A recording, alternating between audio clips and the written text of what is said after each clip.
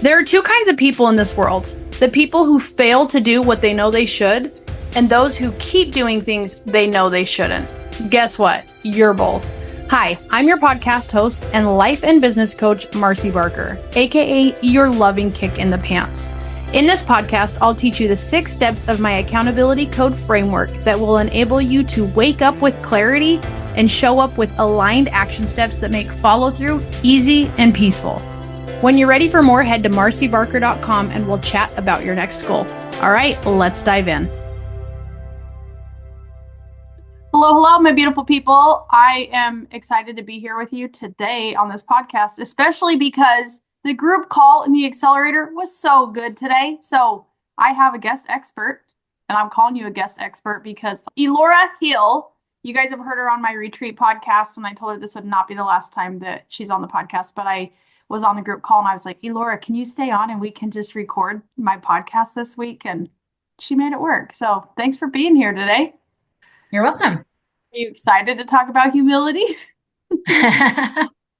Yeah. Like I said on the group call earlier, I've just really recognized the profound journey I've been on with humility over the last few months, and I'm excited for this chance to talk about it more. Yeah, I love that. In the Accountability Accelerator, we go through 8 weeks of reaching your goal, but each week is specific to one step of the code. And last week on the podcast, I talked about reflection. And today on the group call, we're talking about humility. And I was just thinking, we had such a great time today. I mean, I wouldn't say it was like all fun and a party and everything, but it was just like some serious conversation that really made some changes emotionally and mentally for me, even though I've gone through my own accountability code 1,000 times. But what would you say the change was, Elora, from last time in the program talking about humility and this time talking about humility? Yeah. Last time humility was a really hard sticking point for me. When we started talking about it and started considering some of the different aspects of humility, I realized that I hadn't finished healing from some issues with my previous job, where it had been a kind of toxic workplace. It was someplace I really didn't feel safe. And I ended up getting fired from that job after really putting my trust in my manager and expecting them to give me honest feedback, and then they didn't. So when the discussion of humility came around, the concept of humility, I accept feedback and I recognize my shortcomings as basically just shortcomings and not as flaws. Those didn't ring true with me. I wasn't willing to accept feedback because the feedback I had recently been given had been untrue or untimely. I definitely saw my shortcomings as huge flaws on myself. And so as we're talking about humility, last time I did the program, I was not happy with it. I was crying the majority of the time. I didn't want to have to dive into that because it hurt too much. And this time around, those thoughts came up a little bit, but there are so many more positive thoughts about humility now than there were last time I went through the program. I like that.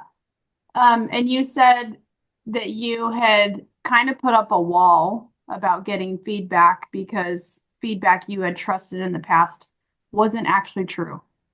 And I can relate to that so much because when I'm trying to make choices and I am really sure about something of I don't want to do this, and other people are like, why would you not want to? It makes sense. You should just do it. And sometimes we get labeled as stubborn or picky or hard to work with, when it's humility is actually about being honest about what you need and what's next for you. So I'm glad that you had that transformation. One thing about you going through the program the first time was you took the workbook seriously and you were going through all the lessons and everything. So have you repeated any lessons this time where you've seen the update in how you feel about stuff? To be honest, actually, last time I did not take the workbook seriously. I really got stuck on reflection and humility. And I kind of just kept cycling on those concepts and I never proceeded from there, which ultimately is what I needed. But I feel like the show up part of the accountability code didn't quite like sink in for me because I had to process the waking up aspect. Mm. Um, so I'm wanting to be a bit more consistent with the workbook and follow through with the rest of it, or with the program the rest of the way through. Yeah. Um, Well, that's good because every time we talked, you were like really taking the lesson seriously. And that's totally fine that it was just heavy on one subject. Because in the podcast, probably in the last month, I did an episode about when you're waking up too much. And I did an episode on when you're showing up too much. And so I think that you're definitely going through the proper phase for you. And really, that's what the accountability code is all about. So, with that updated information, what would you say you're looking forward to using humility as a stepping stone and not like the end? yeah, I'm looking forward to really implementing the rest of the steps in the program now that I'm able to look at humility in a different way instead of it just being, I need to open up, I need to be vulnerable, I need to let myself start connecting with this group. Now I'm able to look at humility more as I'm able to accept myself right now as I am. I don't need to overcome all of these flaws because they're not really flaws, they're just a part of who I am. I don't need to be capable of doing more than I can do. I realize that's a big part of humility. I have 5 hours to work a week during my baby's nap. Humility is accepting that fact and doing the most I can with those 5 hours and not making myself a to do list that's 20 hours long. Because at the end of that, I'm just going to feel bad about myself and guilty and shameful that I didn't do it, which are very different from humility. And I feel like I'm going to, like, when I get to commitment and implementation, it's going to be so much easier to take those bite sized chunks now that I'm looking at myself realistically. Yeah. One thing that really stood out to me was your excitement about sitting down and doing the work. It feels less about obligation and more about like, no, I want to do this stuff and my time is valuable and my skills are valuable. And now please leave so I can get some work done. Instead of feeling like, oh my gosh, I have to raise all these babies and clean up my house and get some work done and be successful. So I can already tell you're going to find the next level of success because this mindset shift that you've had. So planning is next, but with humility, what would you say is something different about you that your family's also going to benefit from? I'd say kind of a renewed sense of focus. Like I can think about it right now in that sort of limited aspect of my 5 hours to work each week. But I know that as I get better at that, it's not going to just stay there. Because 5 hours of work a week, like you can think of that as you've got 5 hours in the morning to get things done. You've got 5 hours in the afternoon to get things done. And just starting to look at everything with that better sense of focus of this is the time I have allotted for something, and these are the resources I have to accomplish it.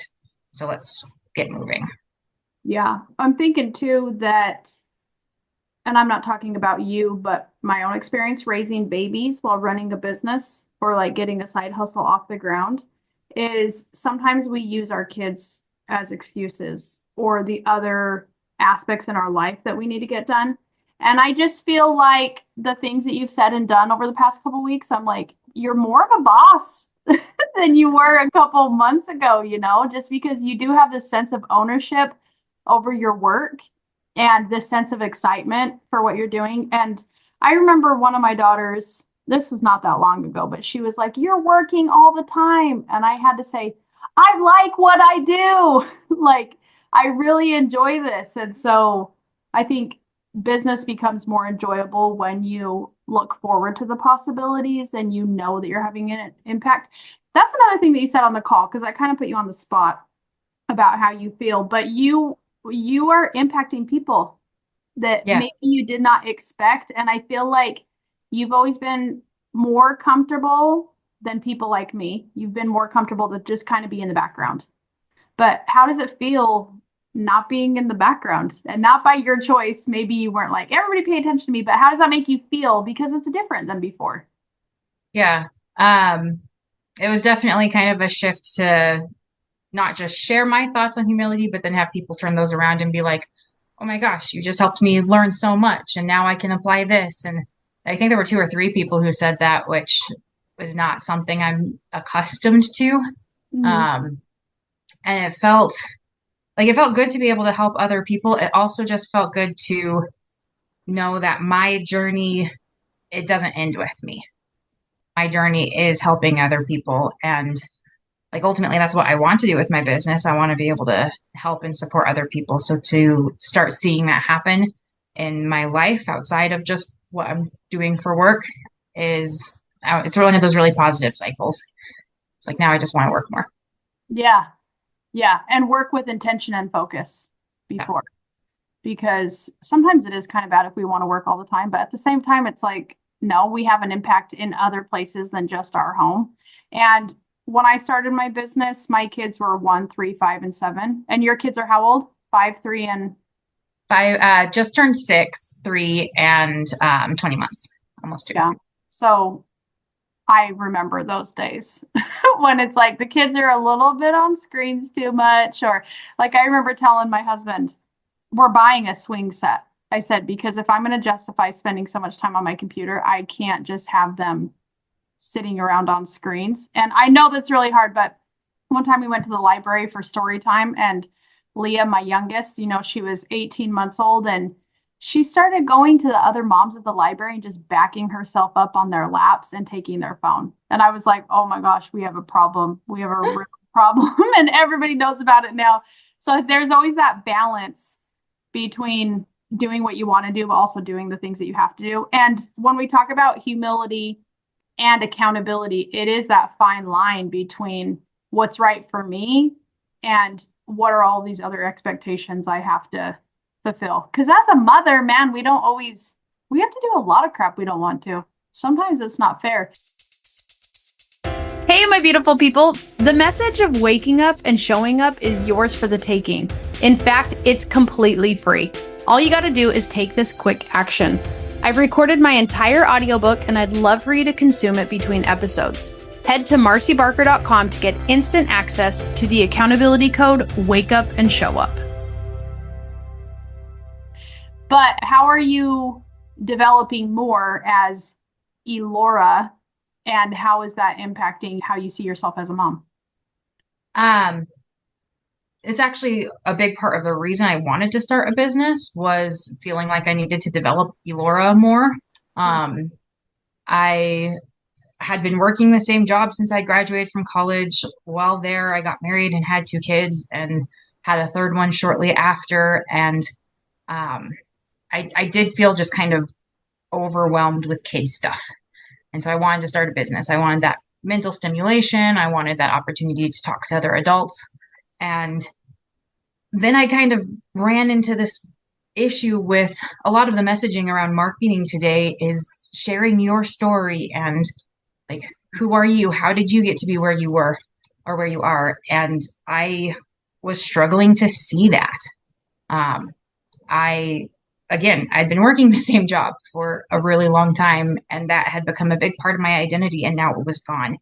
And now I was mom 24/7, and I didn't really feel like I was much outside of that. And I started going to different events. Your Empowerment Escape was one of the first ones that I went out and did. And just getting a chance to talk to other women again, not about parenting, not about church, and something outside of each of our like day-to-day lives, and realizing what their stories were and just feeling like there was something worth talking about. And I wanted to have something worth talking about. Mm. And at first that kind of had me lean into my business almost too much, where my own business was starting to become a bit of that identity. But I think through continuing to come to different events and talking to people, I'm like, I'm not the job that I'm running. I'm not just mom. I'm Elora. I have interests and passions and things. And start like developing that habit of reflecting on who I am more regularly has really helped. Mm. I like that. So, as the humility expert right now, what would you say to any of the listeners who might not understand or fully accept how powerful practicing humility can be? What advice would you give to them to embrace it and see some benefits like you've experienced? I'd say embrace who you are right now. Especially as women, we can get so wrapped up in who we want to be, what we want to aim for. And I realized that always focusing on what I wanted to become, um, while that was really great, it was this really intangible aspect of my life.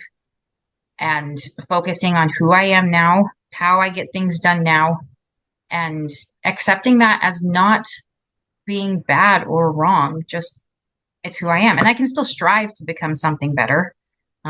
It's not like humility isn't just staying where you are. It's recognizing, I think you even say this, recognizing where you are and what you can become. Mhm. Um, and letting both of those be your motivator, not just one or the other. Yes, I love that. Man, you had a good coach to teach you all this stuff. I think that's really powerful because accountability is all about taking ownership of desired expectations. And you can't really have a desired expectation if you stay right here.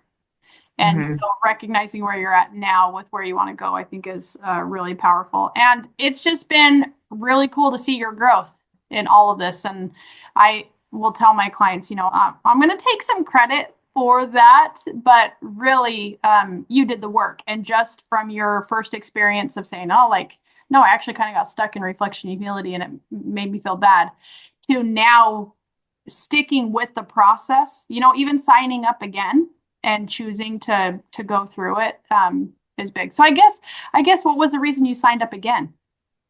I actually, even before signing up, I had planned, like I was out of town the very first week, but I actually put on my calendar to take myself through the program again, basically. Hmm. Just like knowing that there was a group going through it, kind of holding myself accountable as if I was part of it, because I knew I needed to get past humility and like utilize those other steps to further benefit my business. So I had really wanted to do it again, even though at first I felt like it wasn't going to work. It's like vacations, timings were off. And when you reached out to me again about it, it was like, you know what? Let's like I sort of hold myself accountable, but I also know if I'm not having to meet with people and talk about it every week, it's going to be the first thing that drops off of my to-do list when I only have 5 hours to work each week. Yeah. Um, so I felt like actually attending would help hold me more accountable to it, even if I didn't get to the workbook lessons every week, even if those didn't fit into my 5 hours, at least talking to people about it, making those intentional goals each week to find the steps I need to get to my ultimate goal.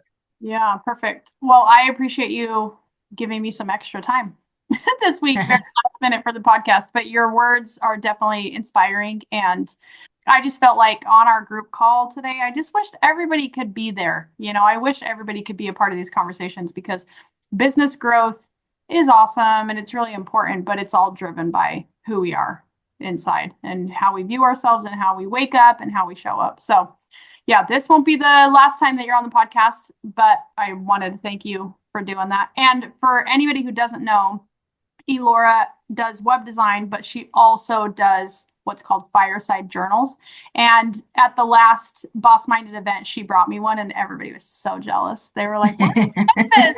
And we just didn't think ahead to bring more because you would have sold a ton. But tell everybody why you started your Fireside Journals, and then shout out your website so people can go check it out. Yeah, I've actually been ruminating on that thought of why exactly I started Fireside Journals a lot lately as I've considered, again, the motivations behind my business. And looking back in my life, there have been a lot of periods of time where I've been really good at studying my scriptures. My faith is really important to me. I served a mission, and that gave me 2 hours every day of time dedicated to studying scriptures. I went to a religious school. It was literally homework some days to study my scriptures. And then I got married and had kids and my mind is just in so many other places that even on days where I sat down and just read for 5 minutes, I felt like I closed that book and I got nothing out of it. And the kids were asking for breakfast. And so my thoughts were immediately pulled away and dedicated to other things for the rest of the day. And I felt that connection with my faith start to struggle. So I wanted something that would give me space to better think about the verses that I read and also to sort of study it more topically. I feel like a lot of times I just open up a book and I start at the beginning and I read through like it's a typical book. And a lot of times I've heard recommendations to study topically, and it's like, here's a whole bunch of scriptures on faith. Here's a whole bunch of scriptures on hope. A lot of very church-like subjects. But it's like, what about all the scriptures that help me be better at setting goals? Where are all the scriptures that help me find more courage? Like, the scriptures are meant to help us with everything. And I wanted to start compiling those scriptures and just taking them in bite-sized amounts and really thinking about them. So Fireside Journals are topical journals. They each focus on a single topic. Each day has 1 or 2 scripture verses with a prompt to connect it to the topic. So that way it gives me a starting place to think, because sometimes I read a verse and I'm like, what's this even mean? Like, what's the story here? But then it also has a coloring page. And using that coloring page, I'm able to keep myself occupied and focused on that message as I think about it. And distractions still come up. I've still got 3 kids I'm chasing around the house. But when I come back to that coloring page, I'm better able to remember what I was thinking about. And then there's space to journal those thoughts that you have. So it helps me, again, better process the information. And as I started to incorporate this in my own life, I'm like, I really want to share this with other people, because I know there are other people out there who are starting to feel that disconnect. They're wanting a deeper relationship with the scriptures and with their faith. And hopefully having that creative outlet as they meditate on the scriptures can help them as well. I love that. You said this week that you published another one, right? Yeah. Last week. What's that topic? The topic is finding strength through your own doubts. Oftentimes it feels like we're told to just kind of push our doubts to the side, but doubts are where, like for me, that's when I've dived deepest into my faith. That's when I've pulled from the scriptures most. That's when I prayed most sincerely. So I wanted to pull together scriptures like that. And if you think about it, there are a lot of cases in the scriptures where people of great faith doubt. We know that the apostles doubted several times, even with Christ right there with them. And he never admonished them. He never told them, you're terrible people, get out of my sight. Like you're not faithful enough. He just supported them through those doubts and helped their faith to grow. He even performed miracles for people who openly admitted that they still doubted. And he gave them that gift to help their faith grow. So our doubts can help our faith. They can strengthen us. So I wanted to deep dive into that myself. That's where a lot of the topics come from. It's like, what do I want to study right now? Yeah. And that's what the journal that I've created came from.